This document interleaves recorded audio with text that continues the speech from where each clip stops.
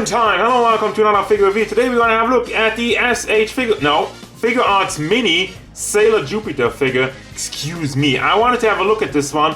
A new line that's been rolled out by Bandai under the Figuarts name.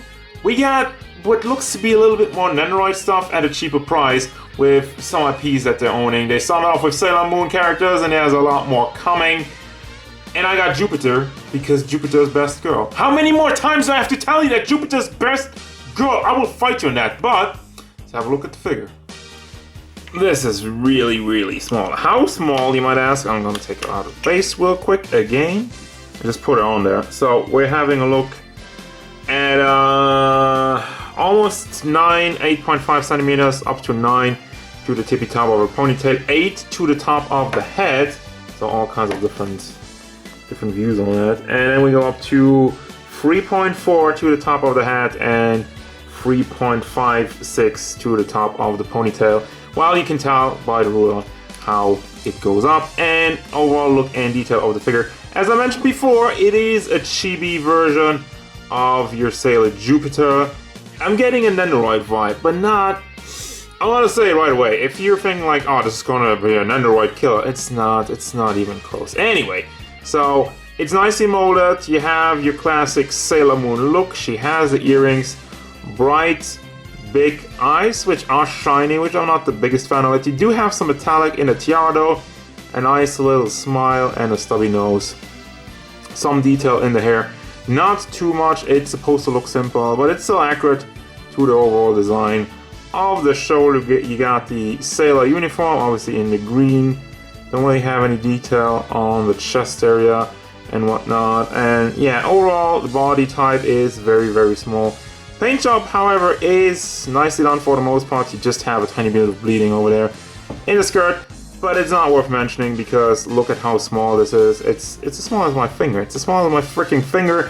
So I'm not gonna be too harsh on the paint job overall. Also, this cost around like I bought this for 25 bucks, but we'll get to that later as we move down to the It's Pantsu time, and this one is horrible.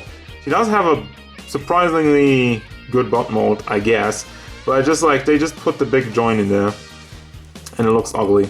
It's not a good pantsu. It has some, doesn't even have movement. So why did you do it?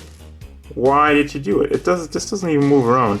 So why make such an ugly joint under there? And you would say, well, you don't really see it, but you can tell it does stick out already. Like the pantsu goes too far down. And it shouldn't, because like that's not how it looks like. That's, I don't know. So not a big fan of how they made the pantsu, not a big fan of how much it sticks out, and just like Well, anyway, moving down to the legs and the boots. By the way, the legs will always stand out like that. You cannot turn them into position to make them straight.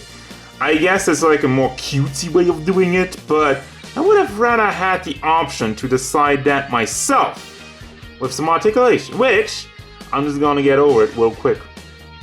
I say real quick because there's really not much to look at here. Everything is on ball joints, but it didn't really leave any room, so it's mostly a swivel. Goes all the way around on the hair piece and then it goes off. Has a tiny bit of wiggle room, just a little bit back and forth. That's as much as you get. Then the head goes back, goes forward, side to side, all the way around. Same thing for your shoulder part. On ball joints goes all the way around and has the tiniest bit of wiggle motion due to the ball joints, but not having any room. And there's nothing else.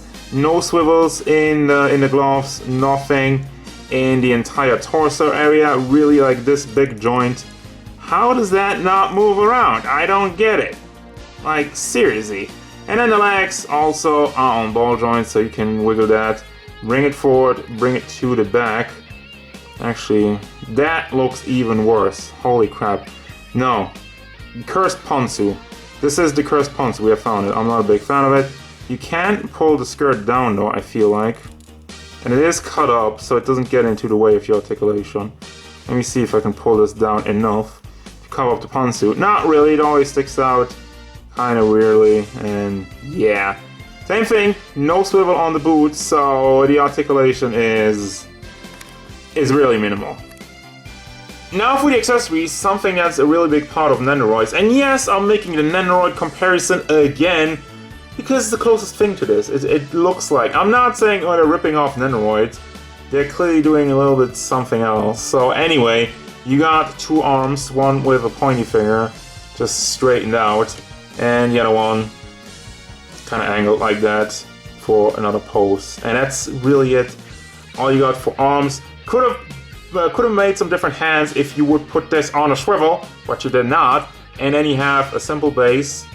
Does the job with a Figuarts mini logo on it. One ball joint at the lower part and one ball joint in the upper part. So you can just put that in the back. Stick that in here. And then you can move that around. But it doesn't really do much, honestly. Also, it doesn't really connect super tightly. I had it already disconnect beforehand. Yeah, there you go. Not the tightest connection, even though it's clearly in there now. Yeah. So it does hold on to the character, but it could be better. Yeah, it's really gonna do it already because there's not anything else to cover here. Final thoughts of this figure. It's, like I was saying, it's not quite a Nendoroid, but it's also not at the same price point. I paid 25 bucks for this at a local video game store. You might find it for cheaper depending on where you are. It's listed for 15 bucks on AmiAmi. That's euros, by the way, if you're wondering. But yeah, I don't know. It's really limited. Would have liked to have a little bit more options to really change the pose. Straight legs, a little bit more swivels here and there. Really wouldn't have been much work even, like to put swivels on the gloves and the boots, and that's just kind of lazy. While the figure is nicely done, there's no problems with the paint or whatever. It looks like Jupiter, has wonky proportions, but that's the idea of having a more cheapified version. But just, it's kind of lacking. Yeah, that's really it. But if you like more Jupiter, just like me, then it's okay. I only recommend it if you like cheapified versions of your characters, and if you're okay with the price point of like 20-25 bucks. Just don't expect too much out of it. This is like a mini trade figure. This is not, like I'm saying, this is not really a Nendoroid. So yeah, there you go. That's gonna do it, guys. As usual, thank you very much for watching. Don't forget, if you enjoyed this review, hit it up with a like and subscribe to the channel so you can stay tuned for more figure reviews, card game stuff, and whatever. Sailor Jupiter once, like, I don't know, more limbs and a clean pencil. What is this? Cursed.